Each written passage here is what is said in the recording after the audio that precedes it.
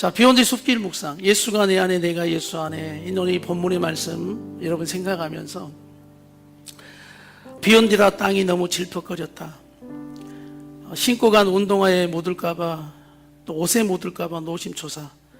조심조심 걷다 보니 힘들다. 함께 걷는 사람보다, 주위의 어떤 아름다운 자연보다 땅바닥에도 집중하고 있는 것이다. 조금 걸으면 좋아지겠지. 그런데 계속 그런 질퍽거리는 길이다. 질퍽거리는 땅을 밟는 것도 거슬린다. 흙이 튀기는 것은 더더욱 신경 쓰인다.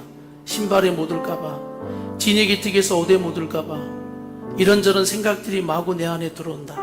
그리고 점점 불편해지는 것이다. 그리고 점점 불평이 생기기 시작한다. 그것에 신경 쓰느라 자연을 누리지 못하는 것이다.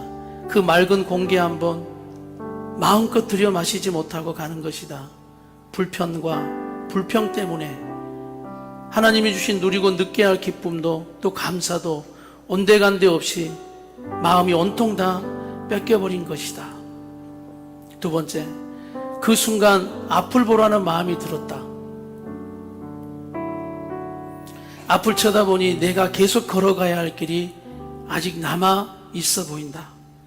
그리고 그 주위로 아름다운 숲이 우거져 있는 것이 보인다. 땅은 여전히 질퍽거리지만 펼쳐져 있는 아름다움이 불편했던 마음, 또한 불평했던 마음을 싹 가시게 하는 것이다. 진흙탕이 좀 튀어서 신발에 묻든 바지에 묻든 간에 그것보다도 소중하고 귀하고 비길 수 없는 값진 것을 느낄 수 있고 볼 수 있는 것이 얼마나 감사하게 여겨지는지 모르겠다. 그리고 소중한 아내와 함께 도란도란 얘기를 나눈다. 누구의 이야기가 아니다. 우리의 이야기다. 누군가를 데리고 들어와 우리 이야기거리에 들여 그를 비판하고 불평하는 이야기가 아닌 우리의 감정을 나누는 이야기다. 힘들었던, 또 기뻤던, 서운했던, 그런 슬펐던 마음들, 이런저런 우리가 살았던 이야기들을 나누는 동안 질퍽거리는 땅은 그렇게 불편하게 여겨지지 않는다. 조심히 걷기는 하지만 거기에 내 마음이 또한 빼앗기지도 않는다. 그 불편함보다, 불평했던 것보다 하나님의 은혜가 더 커져버렸다. 아내와 함께 이 숲속을 산책하며 묵상하는 기쁨이 더 커져버렸다. 그래서 하나님이 주시는 그 은혜가 더 커져가는 것만 같은 그 기쁨과 은혜가 더 커져버렸다. 세 번째, 우리의 신앙의 여정도 이러하다고 말씀하신다.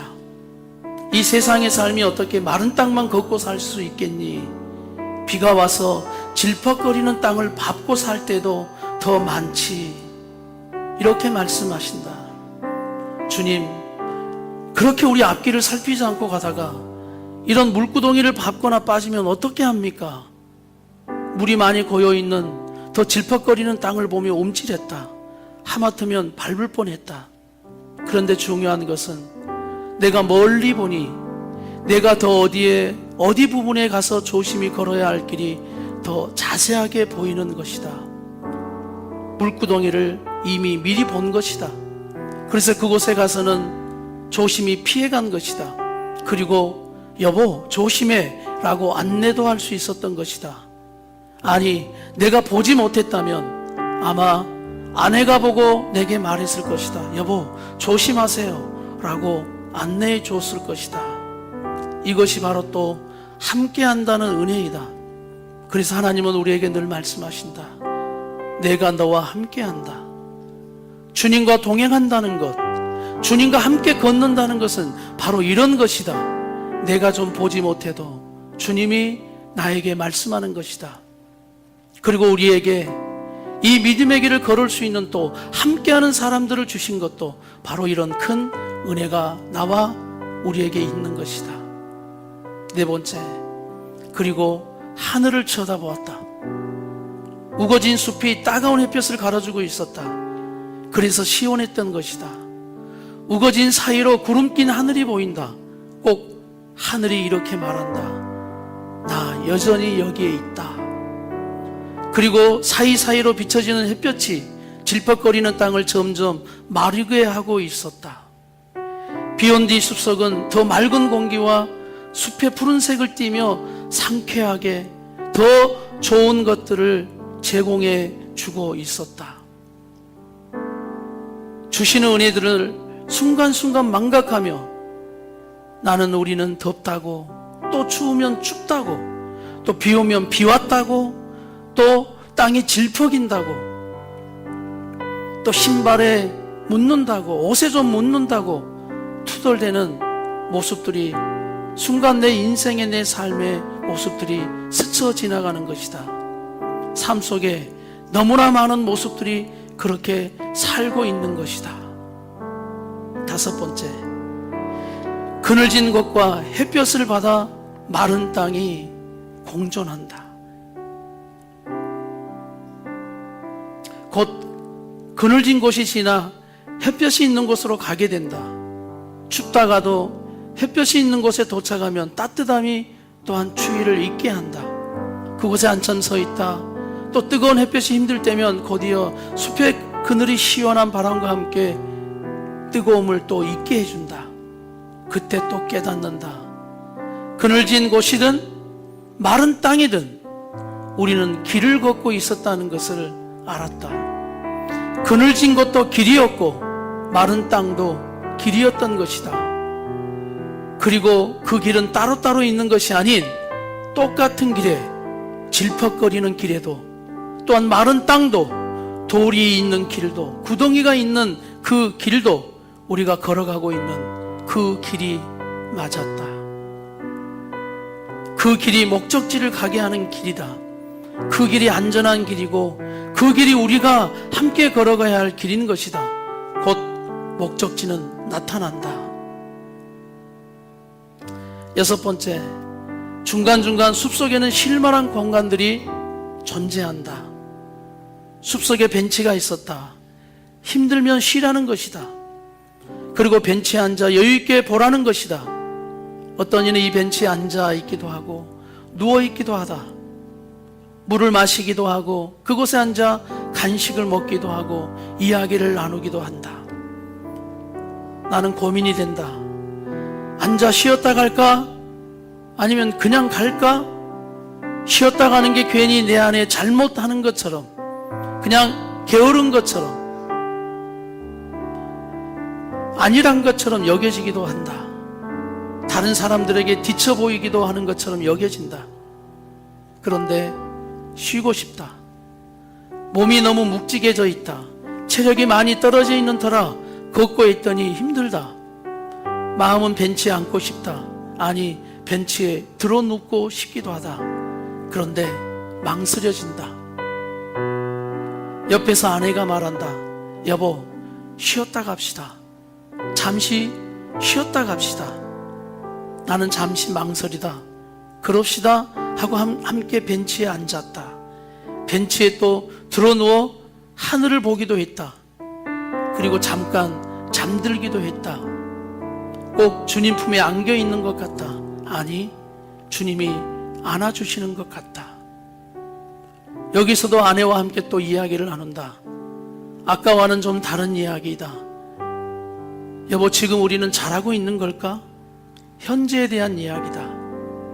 앞으로 우리는 또 어떻게 잘 살아야 될까? 어떻게 사는 것이 잘 사는 것일까? 미래에 대한 이야기다. 그러나 우리가 잘하고 있느냐 못하냐를 따지는 것은 중요한 것이 아니다. 왜냐하면 우리는 이미 우리의 인생이 누구를 위한 인생인가를 알고 있기 때문이다. 하나님을 위한 우리의 인생이기에, 하나님이 보시기에 우리가 잘 살고 있는가가 우리의 초점이다. 주님, 제가 잘하고 있는 건가요? 질문해 본다. 주님, 내가 잘 가고 있는 건가요? 질문해 본다. 옆에서 아내가 말한다. 성질만 안 내면 다 잘하고 있어요. 주님의 대답을 원했는데 아내가 대답해 준다.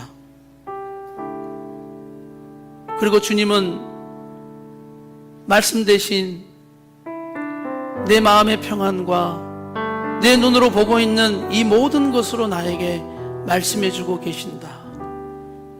그리고 가야 할 길이 얼마나 남아있나 또한 쉬면서 생각해 본다.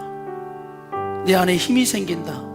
다시 걸을 수 있는 힘, 그리고 다시 살핀다. 보니 조심한다고 했는데 내 신발이나 옷에 튀어 묻은 진흙들이 묻어 있다. 그것을 또 조심히 살핀 뒤 털어보기도 하고 털어주기도 한다. 7번째, 내가 걷는 이 길이 분명 주님과 함께 걷는 길임을, 예수가 내 안에, 내가 예수 안에 있음을 다시 확인한다. 이 길에서 새지만 않는다면, 길이 질퍽거린다 해서 목적지에 도착 못할 일은 없다. 낙심치만 않고 멈추지만 않는다면 우리는 목적지에 도착한다. 시간이 정해져 있지만 그리 짧지 않는 시간이다. 충분히 벤치에 앉을 시간도 함께하는 사람과 눈을 마주치며 이야기할 시간도, 서로 사랑할 시간도 충분하다. 숲속의 아름다운 경치와 맑은 공기를 마실 수 있는 충분한 시간도 있다. 함께하는 사람, 그 사람과 사랑을 나누며 대화하며 함께 손을 잡고 이 길을 걷는 것은 더 없는 행복인 것이다. 8번째, 낙심치 말고 이 길로 걸어가라. 또한 실패를 두려워하지 마라. 주님과 함께 걸어가는 길이라면, 주님이 인도하는 길을 순종하며 걷고 있다면 우리에게는 실패가 없다. 사랑하는 종아, 그리고 이 길로 인도하라. 그리고 이 길로 걸어가는 자를 격려하며 세우라. 그리고 이 길을 사랑으로 걸어가라.